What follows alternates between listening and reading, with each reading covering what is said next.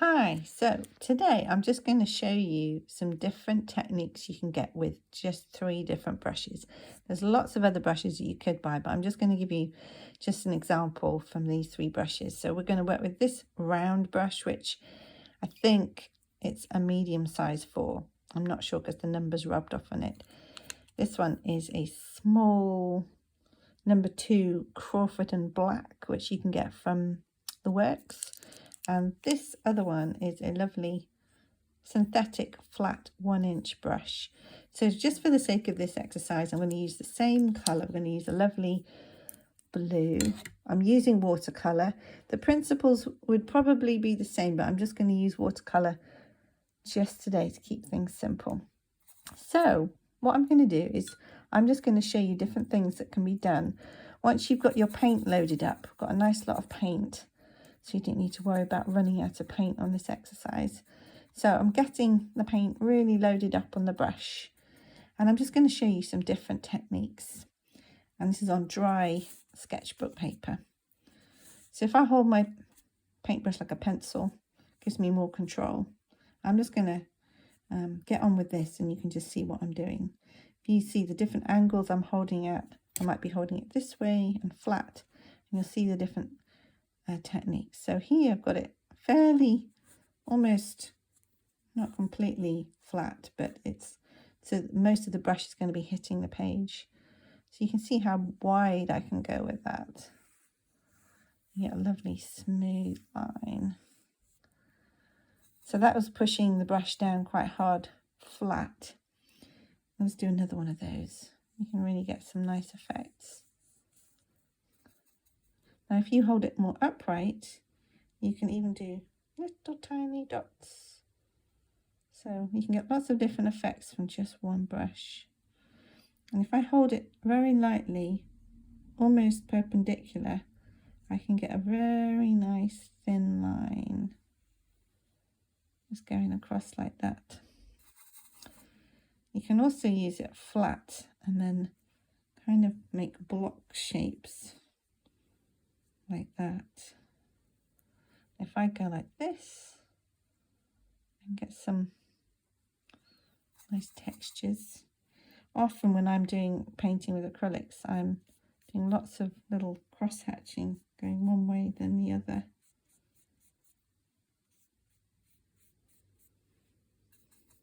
So you think of your paintbrush really like a pencil, all the different things you can do.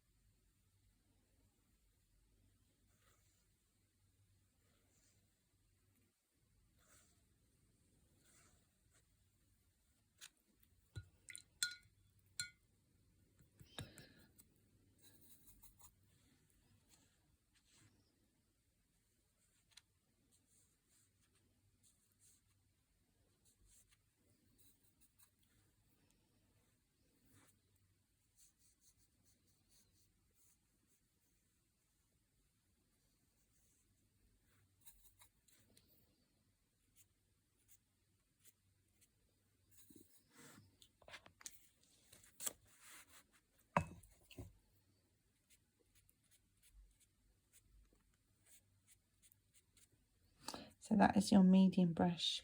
And this is not an exhaustive list of brush strokes, but I wanted to show you some things you can do just with one brush.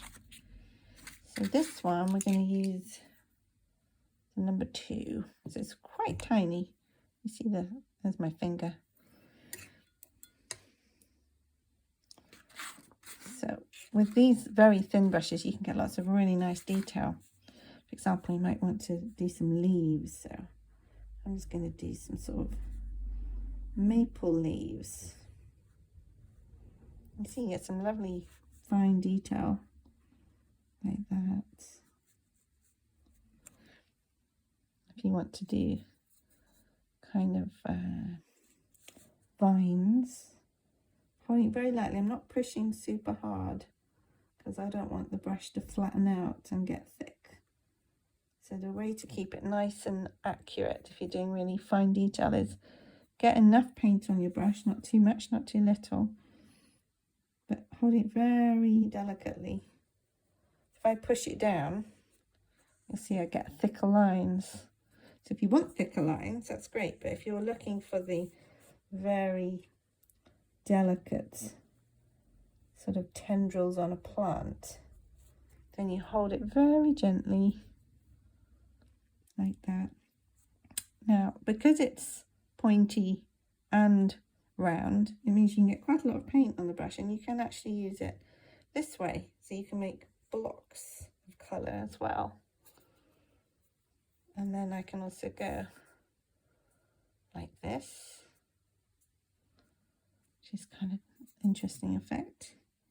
I can also do tiny little dots, tiny, like little sparkles.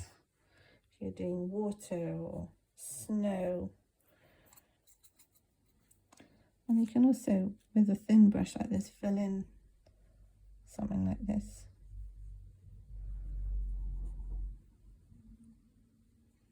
So you can use it a bit like a pencil and then fill it in. Another way you can use it is by drawing a nice line. I'll show you up here. I'm going to just go from left to right, kind of even like that. Now if I push it a little bit harder as I go along and then release it, you can get a sort of nice thin wavy look. So you see I'm pushing and releasing, pushing and releasing. You get some really interesting shapes, and it's an interesting project to just, rather than having to be doing an actual painting, that you just play around with brush strokes and see what you can get out of your paintbrush and what the paint does with that brush.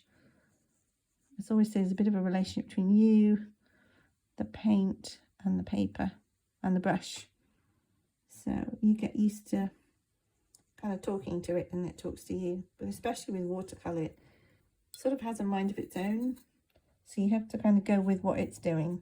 You can force it, but sometimes you get a nice feel of watercolour when you sort of just let it do its thing. So here I'm going to do lots of little tiny marks. You can see how you could build up grass. See, I'm just using the one colour for this exercise just to keep it simple, but you see how dainty you can get these marks. And also you could do more detail like this if you needed to do hair or cat's whiskers. You can also have a lot of fun with doing calligraphy. For example, I'm just going to do a nice J here.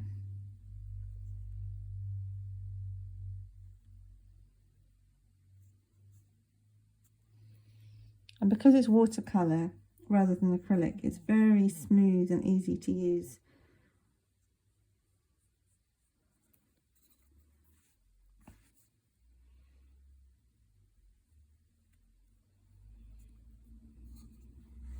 You could also do zigzags.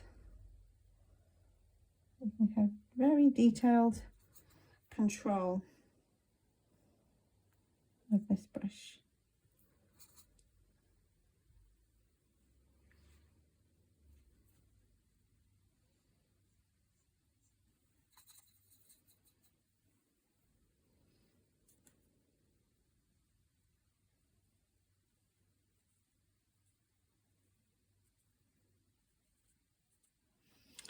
So that's the small brush. Now I'm going to show you what we can do with the thick brush. So this is 1 inch. You can get these in sets very reasonably in places like the Works. Now one fun thing you can do is when you want to do a wash, say you want to do a sky, you get your brush full of water and you first lay down some water on the page. And you'll see that this makes the paint kind of whoosh onto the page very nice and easily get a nice watery effect. And I'll show you on the bottom page in a minute when you do a dry effect.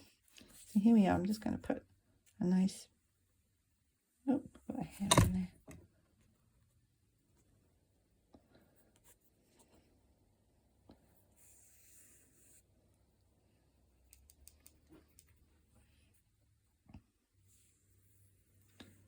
See the paint doing all sorts of wonderful things because we've already laid some water down. So it's really acting, the water's doing a lot of fantastic things. I'll just dry my brush off on this other piece of paper. You can use a paper towel. I'm just using this. What I'm going to do is get some almost not too wet paint, just straight from the actual paint box, and see how dense I can get this, but it's also quite dry, so you can get, that's almost like a shimmery effect, isn't it? Like that. Look at that. That's almost a painting on its own. So I'll show you what you can also do with holding this flat brush in different ways. So you're not just using it flat to do a nice big piece of what they call a wash. You can use the tip of the brush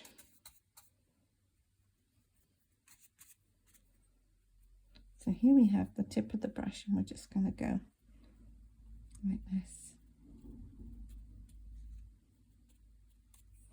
You can also go